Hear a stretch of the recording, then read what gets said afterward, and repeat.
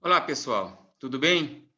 Na aula de hoje, nós vamos falar sobre as ações autônomas, iniciando pela revisão criminal.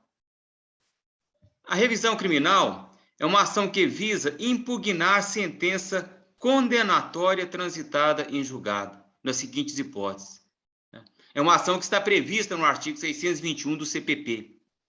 Então, o artigo 621 diz que, diante de uma sentença penal condenatória transitada em julgado, tá? Em que a condenação se deu por um erro judiciário, e os erros judiciários estão listados nas hipóteses dadas no artigo 621, então nós podemos entrar com uma ação revisional, que aqui nós chamamos de revisão criminal. Portanto, é uma ação que visa impugnar sentença penal condenatória transitada em julgado. Veja bem, se a sentença não transitou em julgado ainda, nós temos os recursos que podemos manejar para rever qualquer situação, né, que esteja em desconformidade com a lei ou que seja prejudicial ao réu. A revisão criminal só cabe, tá, quando nós já temos uma sentença penal condenatória transitada em julgado, em que não é mais cabível os recursos. E a revisão criminal não é um recurso. Não é um recurso e não pode ser utilizado como um recurso. Ela é uma ação autônoma. Tá? Mas nós vamos ter situações, tá, em que a ação penal condenatória transita em julgado, tá, e nós estamos diante de um erro judiciário. Então, nós precisamos rever essa situação. Então, o que diz o artigo 621? Tá? Que nós podemos impugnar uma sentença penal condenatória transitada em julgado nas seguintes hipóteses. Tá? Quando a sentença é contrária à lei ou à evidência dos autos. Sentença contrária à lei ou à evidência dos autos. Tá? O juiz ou o corpo de jurados, tá, tomou uma decisão contrariando o que está disposto expressamente na lei, ou contrariando as provas que foram apresentadas nos autos. E é claro que, se isso acontece, nós estamos diante de um erro judiciário. Tá? A segunda hipótese, sentença fundada em provas comprovadamente falsas. Acontece, viu, pessoal? E acontece muito. Nós temos falso testemunho, falsa perícia, documentos falsos que são levados aos autos, tá, e que podem justificar uma condenação. Então, uma vez comprovada, né, a falsidade dessas provas, nós podemos ingressar com uma revisão criminal. Tá? Ou, terceira hipótese, se surgirem novas provas que inocentem o réu ou diminuam a pena. Então, é uma situação que pode acontecer também. Tá? Por mais que o juiz, né, por mais que as partes busquem a verdade real, né, nós temos o processo criminal, o princípio da verdade real, pode acontecer durante o procedimento, né, principalmente durante a instrução criminal, algumas provas não serem descobertas ou não aparecerem, tá? E depois de transitada em julgado a sentença penal condenatória, essas provas surgem. Aí, então, nós podemos também entrar com uma revisão criminal. E vejam bem, a revisão criminal, tá, é uma ação exclusiva da defesa. Exclusiva da defesa. Ela serve para impugnar sentença penal condenatória transitada em julgado. Se a sentença penal é absolutória, se absolveu o réu, não existe qualquer hipótese, mesmo que seja por erro judiciário, de rever aquela decisão. Então, o Ministério Público, o Estado, ele tem uma única oportunidade de condenar o réu. Por isso que, quando o Ministério Público recebe, né, os autos, o relatório da autoridade policial, indicando ali indícios suficientes de autoria e materialidade para uma persecução, para uma ação criminal, tá, ele deve fazer juízo de conveniência e oportunidade, para saber se aquele momento é o melhor momento para se ingressar com a ação. Porque se as provas forem fracas, tá, se o Ministério Público, né, se o órgão acusador, o querelante, entrar com a ação criminal e não conseguir fazer prova do seu direito, não conseguir a condenação, e o réu ser absolvido, ainda que seja por insuficiência de provas, tá?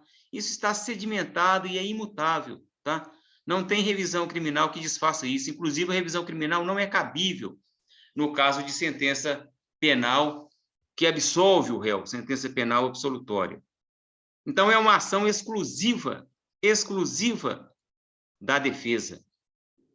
E não é recurso, não serve para rever os fatos, não serve para rever as provas, né? Ela só serve para corrigir um erro judiciário, nas 3 hipóteses do artigo 621. Vamos abrir aqui o Código de Processo Penal, né? Para ver o que diz o artigo 621. É o que está dito ali na transparência, né? Mas, ipsis literis. Então, Código de Processo Penal. Artigo 621. Tá? Da revisão criminal. A revisão dos processos findos será admitida. Aqui, pessoal, nós entendemos por processos findos, né? Aquele transitado em julgado, aquele em que agora a decisão está sedimentada, é imutável. Tá? Imutável a menos de uma revisão criminal, né? A menos de uma graça, anistia, indulto, que pode modificar aí o trânsito em julgado. Tá? Então, dos processos findos será admitida quando a sentença condenatória for contrária ao texto expresso da lei penal ou à evidência dos autos, né? Quando a sentença condenatória se fundar em depoimentos, exames e documentos comprovadamente falsos, né? Falso testemunho, falsa perícia, documento falso, quando, após a sentença, se descobrirem novas provas da inocência do condenado, ou de circunstância que determine e autorize a diminuição de pena. Então, alguma coisa que possa melhorar a situação do réu. Então, nestes casos, tá, nós podemos ingressar com a revisão criminal.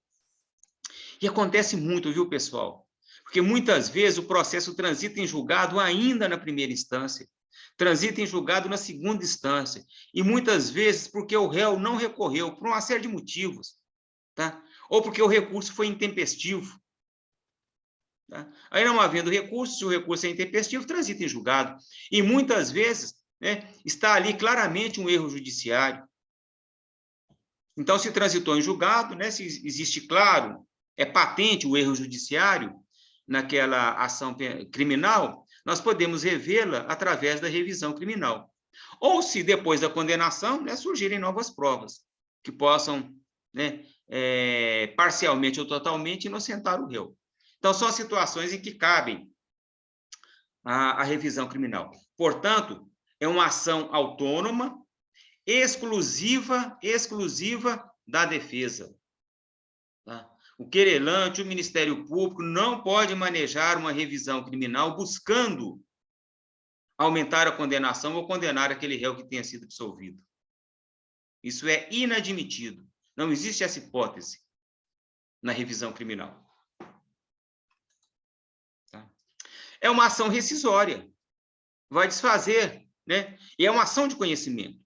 É uma ação de conhecimento, tá? Porque por isso ela é uma ação autônoma, ela está desvinculada daquele processo anterior, e é claro que ela é devida ao processo anterior que condenou o réu, tá? Ele é a nossa referência, tá? Mas é um procedimento, um processo que começa do zero, tá? Com o autor, réu, né? Entre aspas, vamos falar aqui do réu, ou do não réu, da não existência do réu, tá? E em que o autor tem que fazer prova do seu direito, que é a sua inocência, total ou parcial. Então, é uma ação rescisória, que vai desfazer, né, uma decisão anterior, de conhecimento e constitutiva, vai constituir um novo estado, uma nova situação jurídica. A pessoa que estava condenada será absolvida. Tá? E pode ser requerida a qualquer tempo, mesmo após a extinção da pena. Então, vejam bem, pode ser que o réu tenha sido condenado, transitou em julgado aquela condenação, tá? E ele nem iniciou o cumprimento de pena ainda. Pode entrar com a ação revisional, com a revisão criminal. Tá? Ou ele está cumprindo a pena, já está cumprindo a pena, pode entrar com a ação, com a revisão criminal. Ou já cumpriu a pena, ou inclusive já faleceu. Pode entrar com a revisão criminal. Até em caso de falecimento, tá? Porque o morto, o falecido, ele tem direito a essa revisão, tá? Para restabelecer, tá, uma questão moral, para mostrar para a sociedade que ele não é aquele criminoso que foi apontado naquela ação criminal, tá? E que possa haver também, tá, o ressarcimento dos danos que foram causados por aquela condenação. Nós vamos ver aqui, tá? Então, se estamos diante de um erro judiciário, se a pessoa ficou, né, foi condenada, cumpriu pena, ou mesmo que não tenha cumprido pena, é claro que aquilo ali manchou a sua reputação, tá? E ela tem direito aos danos morais. E tem direito também aos danos materiais, tá? Os danos imediatos, os lucros cessantes, em virtude da condenação e em virtude da prisão. Então, mesmo após extinta a pena, nós podemos entrar com a revisão criminal. Mesmo após o falecimento do condenado, tá? O cônjuge, irmão, descendente, ascendente, né, naquela ordem imposta pelo processo civil, podem ingressar com uma revisão criminal, tá? Buscando a reparação moral e a reparação material para aquele condenado. Tá? Bom, a doutrina diz que essa ação é uma ação sui generis, né? Inclusive, vocês vão encontrar isso, eu me lembro aqui agora do livro da doutrina do Guilherme Nutt, tá? Então, a doutrina, né, o Guilherme Nutt e outros doutrinadores dizem que é uma ação sui generis, tá?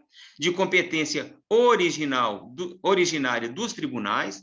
Então, veja bem, a condenação ela se dá em primeira instância, né, por um juiz de uma vara criminal, né, ou de uma jurisdição federal.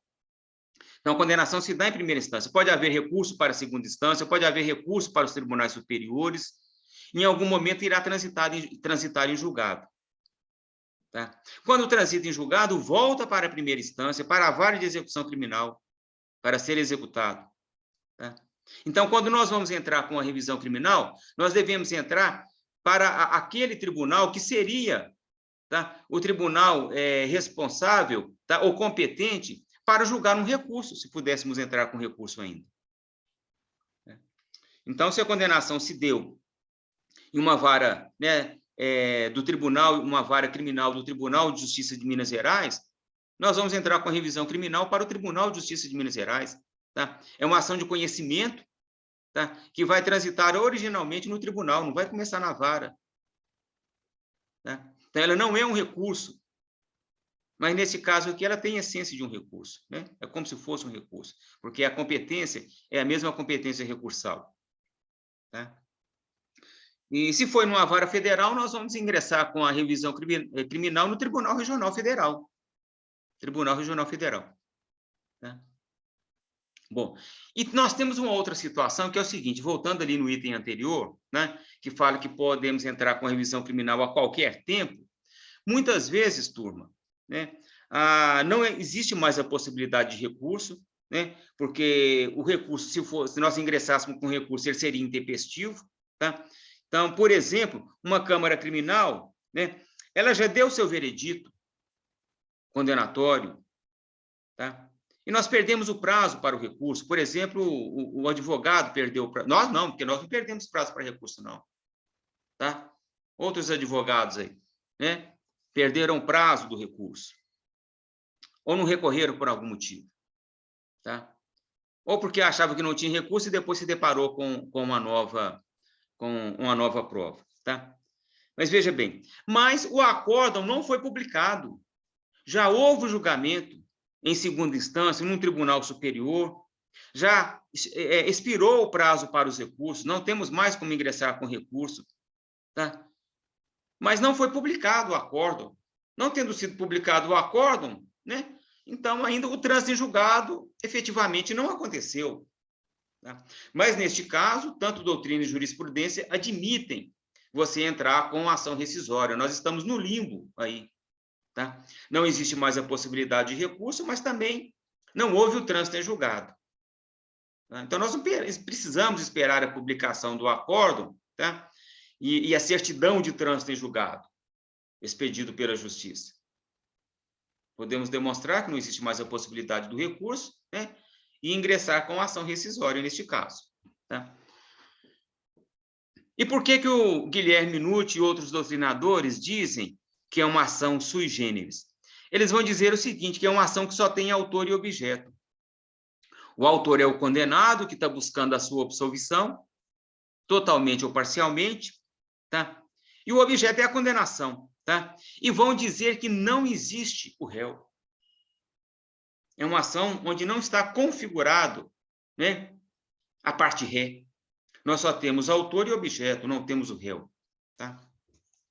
Mas vejam bem, turma, eu discordo disso, né? E nós devemos discordar disso como advogados. E quando formos entrar com a revisão criminal, nós devemos apontar o réu, mesmo que não seja admitido.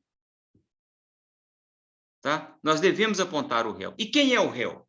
É o Estado. Tá? Porque se alguém foi condenado, tá? E foi condenado mediante erro judiciário, foi o juiz Estado que cometeu o erro judiciário. Tá? Então, nós vamos ingressar com uma revisão criminal, tá? Contra a decisão do juiz da vara tal, ou contra a decisão do Tribunal de Justiça ou do Tribunal Regional Federal. Tá? E vamos ter como réu o Estado, que foi quem condenou, e é de quem nós vamos buscar a reparação, os danos morais, os danos materiais por aquela condenação. Tá? Então, eu discordo dessa classificação como ação assim, especial, uma ação sui generis. Tá? E acredito piamente, né, que nós, como advogados, devemos apontar nas nossas petições de revisão criminal como réu, tá? Como quem deve responder a essa ação, o Estado responsável pela condenação. Tá? E vejam bem, é uma ação de conhecimento, tá?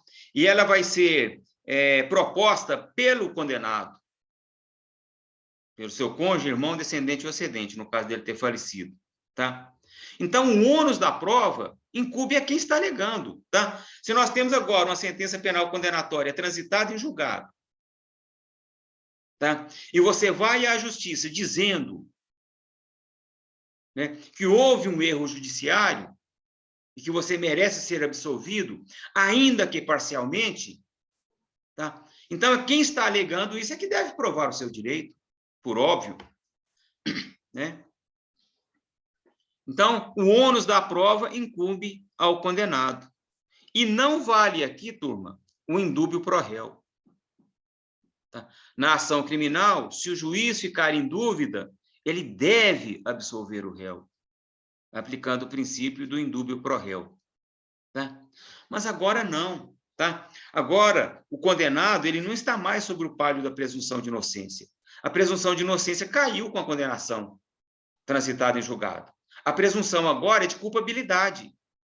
Se a presunção é de culpabilidade, não vale mais o indúbio pro réu. Tá? Agora, na revisão criminal, né, se o órgão julgador ficar em dúvida quanto ao direito do requerente, do condenado, ele vai manter a sentença penal condenatória, que foi expedida pelo Estado, juiz. Não tem por que desfazê-la. Na dúvida, vai manter. Tá? Porque a presunção agora é de culpabilidade, não é mais de inocência. Tá? Então, o ônus da prova incumbe ao condenado. Então, vejam bem, pessoal, é uma possibilidade que nós temos no processo criminal, né? Entrar com a revisão criminal, mas não é fácil.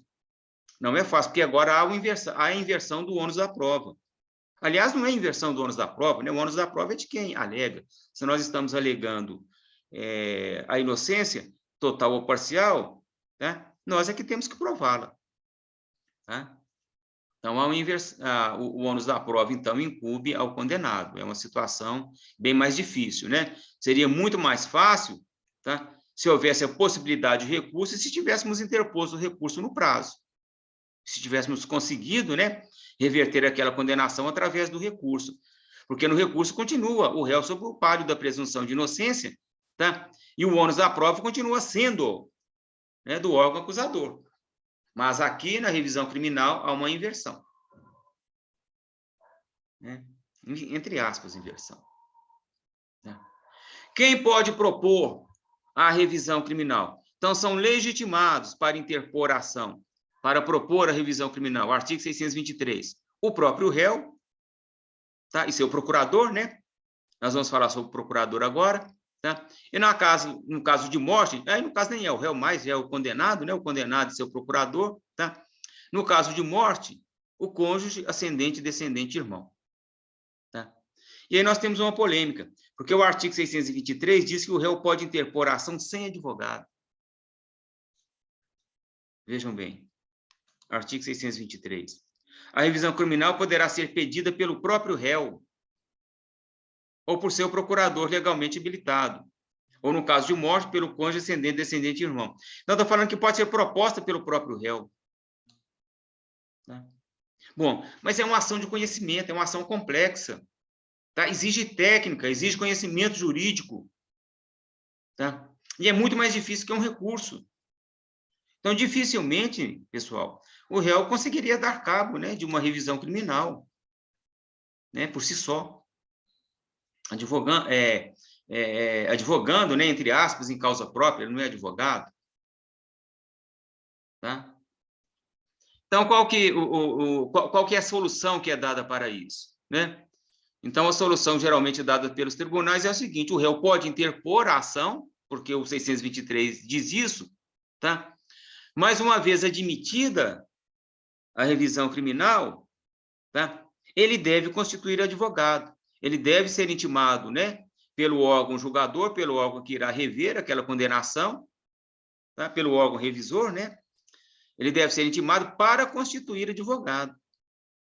Aí, se não constituir advogado, vai ser chamado de defensoria pública, ou vai ser dado a ele um advogado dativo, porque não tem a mínima condição do cidadão comum, sem o conhecimento técnico, levar a cabo, levar adiante e ter sucesso, né, numa revisão criminal.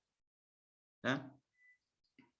Bom, as revisões criminais, tá, a competência, tá, são processadas pelo tribunal incumbido de julgar recurso no processo originário.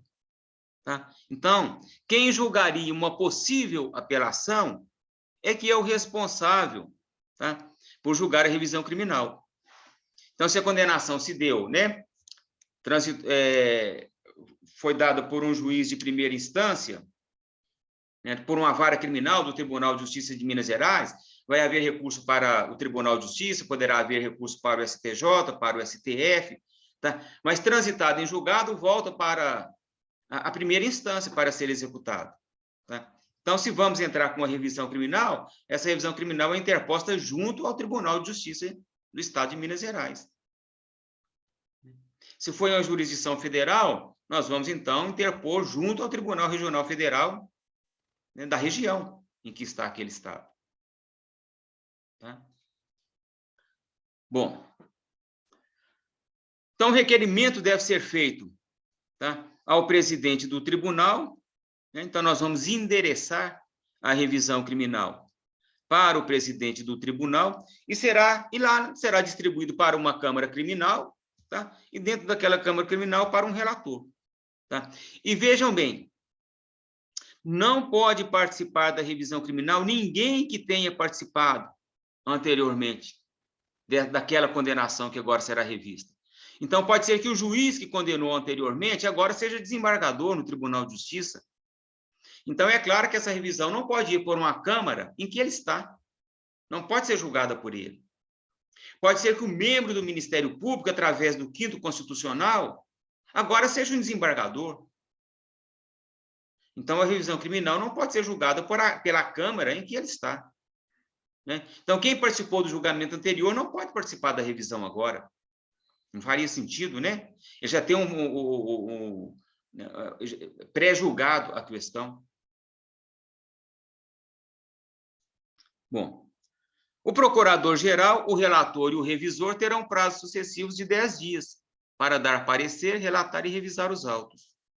Tá? E após estes prazos, o presidente designará a data da sessão de julgamento. Tá? E a decisão, ela poderá alterar a classificação da infração, por exemplo, de tráfico de drogas para uso, né? Ou de furto, ou de roubo para furto, pode desclassificar, tá? Pode absolver o réu, tá? Pode reduzir a pena, pode anular o processo, vai depender do erro judiciário, né? Que nós detectamos ali e levamos a juízo, tá? Então, vai depender do erro judiciário. E vejam bem, turma, não está sendo dito aqui, na transparência, né? Mas a revisão criminal, ela exige uma prova pré-constituída.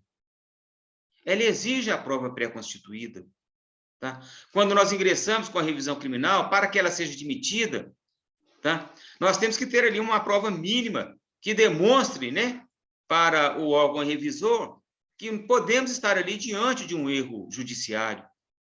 Então, o falso documento, a falsa testemunha, a falsa perícia, tá? E se essa prova nossa, se essa prova que nós temos agora, tá, é uma testemunha que não era conhecida e não foi ouvida antes, então ela agora vai precisar ser ouvida. Então, qual que é o procedimento proposto, né, pelo Guilherme Nutti, no seu livro de prática criminal? Tá? É que nós devemos, né, lá nos termos do Código de Processo Civil, fazer a prova antecipada. Fazer uma prova antecipada. Tá? Para, né, quando ingressar com a revisão criminal, nós já temos ali aquele testemunho, tá? Que é a prova que nós precisamos para inocentar o réu, tá? Para alterar a pena, para desclassificar, etc. Vamos olhar aqui o Código de Processo Civil.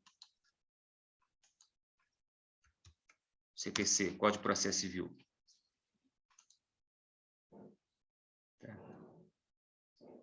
Então, nós temos que pedir, né, uma produção antecipada de provas. Vou colocar aqui antecipada.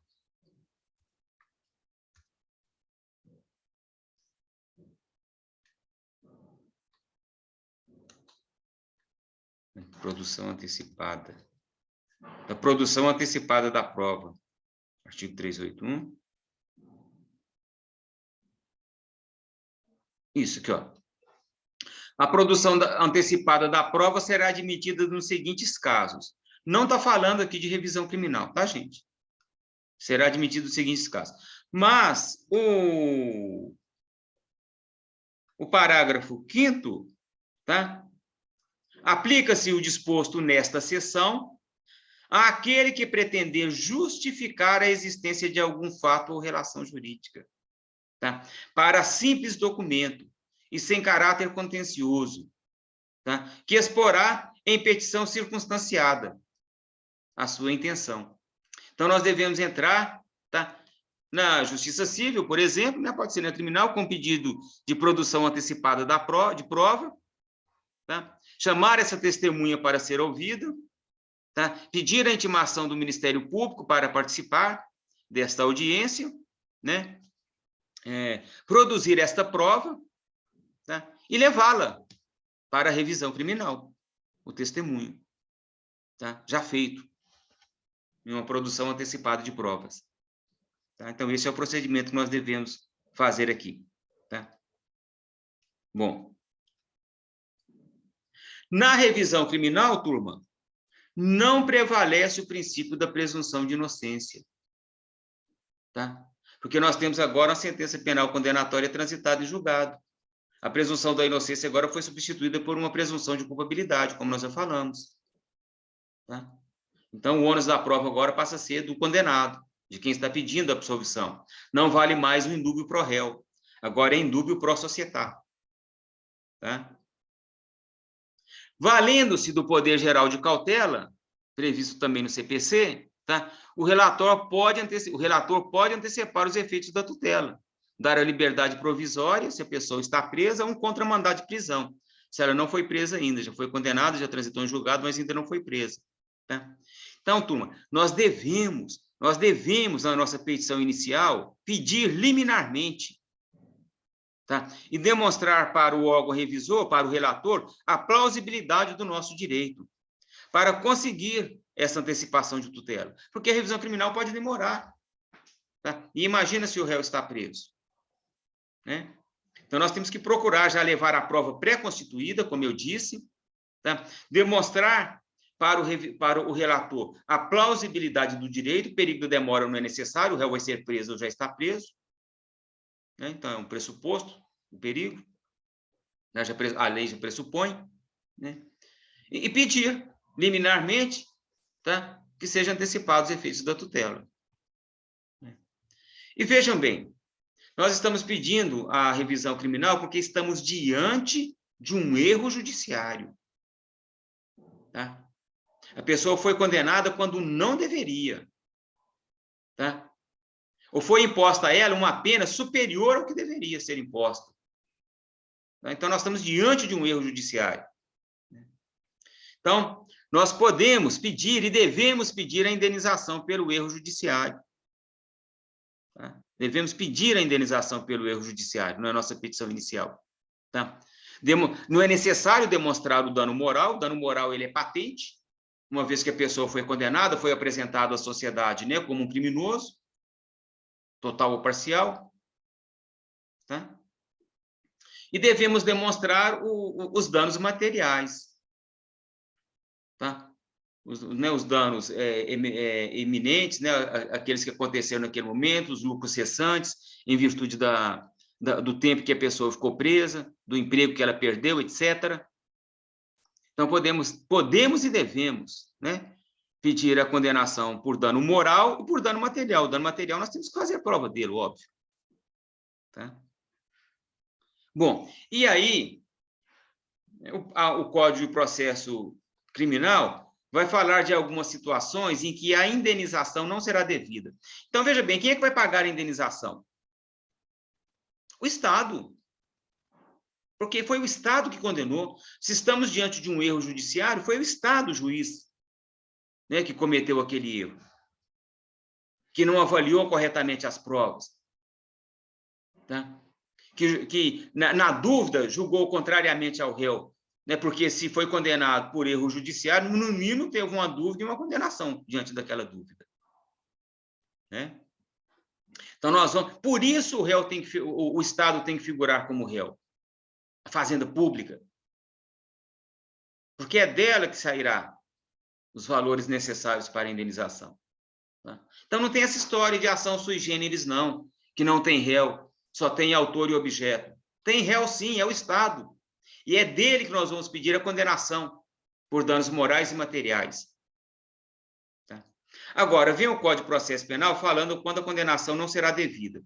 E tem uma situação aqui que nós devemos brigar contra ela, sempre que fizermos uma revisão criminal. Vamos ver aqui quando é que a indenização não será devida. Vamos ver diretamente aqui no artigo, tá?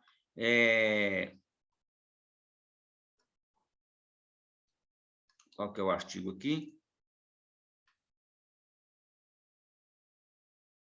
Não falei qual é o artigo, mas vamos procurar aqui. A indenização não será devida. Aqui, ó. 630. O tribunal, se o interessado requerer, poderá reconhecer o direito a uma justa indenização pelos prejuízos sofridos, em virtude da condenação. Danos morais e danos materiais. Com certeza, se houve prisão, houve danos morais e materiais. Se houve condenação e não houve prisão, pelo menos danos morais, né, nós podemos pedir. Tá? Por essa indenização, que será liquidada no juízo civil, tá? Então, olha, eu falei que nós devemos fazer prova no juízo criminal, né? Mas se não fizermos também, tá? Ele vai só reconhecer o direito à indenização, porque a execução, né, dessa sentença de revisão criminal favorável ao nosso cliente, tá? Será feita no juízo civil, tá? Para que ele possa delimitar a extensão dos danos morais e materiais. Tá? Então, poderá reconhecer o direito a uma justa indenização dos prejuízos. Tá? Por essa indenização que será liquidada no juízo civil, responderá a União. Então, o Estado tem que ser parte nesta ação. Não só nessa de execução, na criminal, na revisão criminal. Tá? Porque foi ele, Estado, que errou. Tá? É ele que deverá indenizar. Tá? Então, pela União, se a condenação for proferida, né, pela Justiça Federal, ou o Estado, né, se a condenação for proferida pela Justiça Estadual. Tá? Eu falo Estado de uma forma geral, né? E aí vem o parágrafo 2º, a indenização não será devida. Então, o réu terá direito à revisão criminal em virtude do erro, mas não terá direito à indenização. A indenização não será devida. Vamos ver aqui as situações. Tá? Se o erro ou injustiça da condenação proceder de ato ou falha imputável ao próprio impetrante, como confissão ou ocultação de prova. Tá? Então, o próprio impetrante, o próprio condenado, deu causa à condenação, tá? Ao fazer uma falsa confissão, ao esconder provas que ele tinha em seu poder. Aí, depois, condenado, né? Aí ele tem que ir lá e contar a verdade. Tem que apresentar aquela prova que ele tinha escondido por algum motivo. Então, se foi ele que deu causa à condenação, ele terá direito à revisão, por óbvio. Tá? Se houver judiciário, ele tem direito, né, de se transformar de condenado para absolvido, ainda que seja uma absolvição parcial. Mas não terá direito à indenização. Ele induziu o Estado ao erro. Então, não terá direito à indenização. Então, essa linha A está ok. Tá? A linha B é que não está. E que nós devemos brigar contra ela sempre que entrarmos com uma revisão criminal, contra um querelante. Tá? Se a acusação houver sido meramente privada. Então, ele está falando o seguinte, ó, quando a acusação é meramente privada, gente, né, é uma ação penal privada. Quem deu origem àquela ação penal foi o querelante, não foi o Estado, foi o querelante, foi um cidadão que apontou para o nosso cliente e disse que ele cometeu um crime. Tá? Então, qual que é a ideia aqui? Tá? A ideia é que o Estado, então, não tem responsabilidade, tá, por essa indenização, porque não foi ele que apontou, né, não foi o Ministério Público representando o Estado que apontou para aquela pessoa, tá, como acusado, levou ela às barras da justiça, tá, e conseguiu um decreto condenatório do juiz. Foi um particular. Tá? Mas eu discordo disso, mas totalmente, e nós devemos discordar disso sempre que estivermos diante dessa situação. Tá? Tudo bem que foi o particular que apontou para o condenado, tá? E conseguiu do Estado a condenação. Tá? Mas quem condenou foi o Estado. Se houve erro judiciário, é do Estado o juiz. Tá? Não foi o querelante que julgou a ação, não foi o querelante que valorou as provas, não foi o querelante que fez a análise lógica daquele caso, tá? E deduziu uma condenação. Foi o Estado o juiz. O erro é do Estado, mesmo que a ação seja privada. Então, ele tem sim que indenizar. Por que não? Tem o dever de indenizar. Tá? Então, sempre que nos depararmos com a revisão criminal, tá, de uma ação penal privada, nós temos sim que pedir a indenização ao Estado. E temos que demonstrar isso para o juiz. Se houve, para o órgão revisor, se houve erro, tá, o erro foi do Estado juiz. Foi ele que julgou. Foi ele que valorou as provas. Tá? E se houve erro, o erro é dele. E é ele que tem que indenizar. Ok, turma? Bom. E aí, agora, eu vou falar um pouco sobre a peça de revisão criminal. Eu vou encerrar aqui, porque eu estou gravando pelo Zoom e ele tem um limite de 40 minutos. E vou fazer uma outra gravação. Obrigado pela atenção de todos.